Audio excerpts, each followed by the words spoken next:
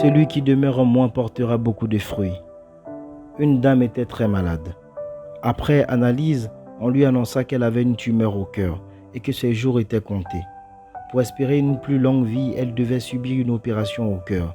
Cette opération comportait un risque énorme. Elle pouvait y rester.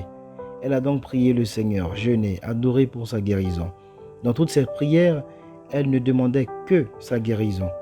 Malgré de nombreuses veillées, retraites, campagnes d'évangélisation auxquelles elle participait, elle était toujours malade et sa situation empirait.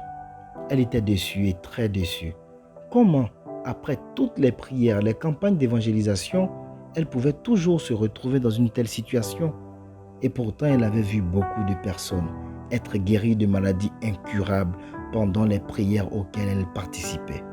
Elle, sa situation empirait. Après plusieurs conseils et voyant sa santé se dégrader, elle opta pour l'opération au cœur.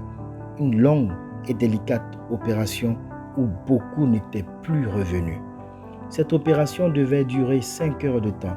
Sa fille, qui était médecin, l'accompagnait. Elle était au hall d'attente lorsque, après seulement 1 heure, le chirurgien et tout le corps médical chargé de l'opération sortit. Sa fille se disait que c'en était fini pour sa mère. Après convocation, le médecin lui annonça que l'opération s'était bien déroulée et que c'était pour la première fois de sa vie qu'il voyait une tumeur accrochée au cœur comme une poche.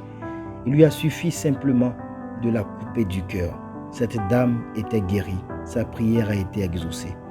Au début, cette dame était déçue de Dieu parce qu'en plus de demander sa guérison, elle imposait au Seigneur les moyens par lesquels il devait passer pour la guérir. Elle voulait obligatoirement sa guérison dans les veillées, les évangélisations, alors que Dieu avait lui-même son propre plan.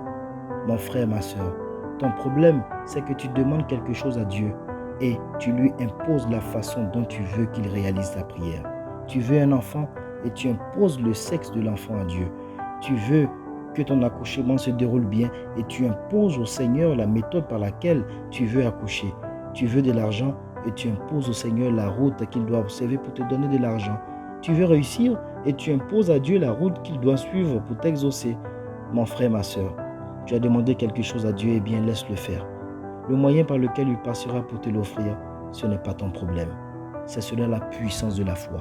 Jésus a demandé à Bartimée, « Que veux-tu que je fasse pour toi ?» Il répondit, « Seigneur, que je vois. » Et il a été exaucé.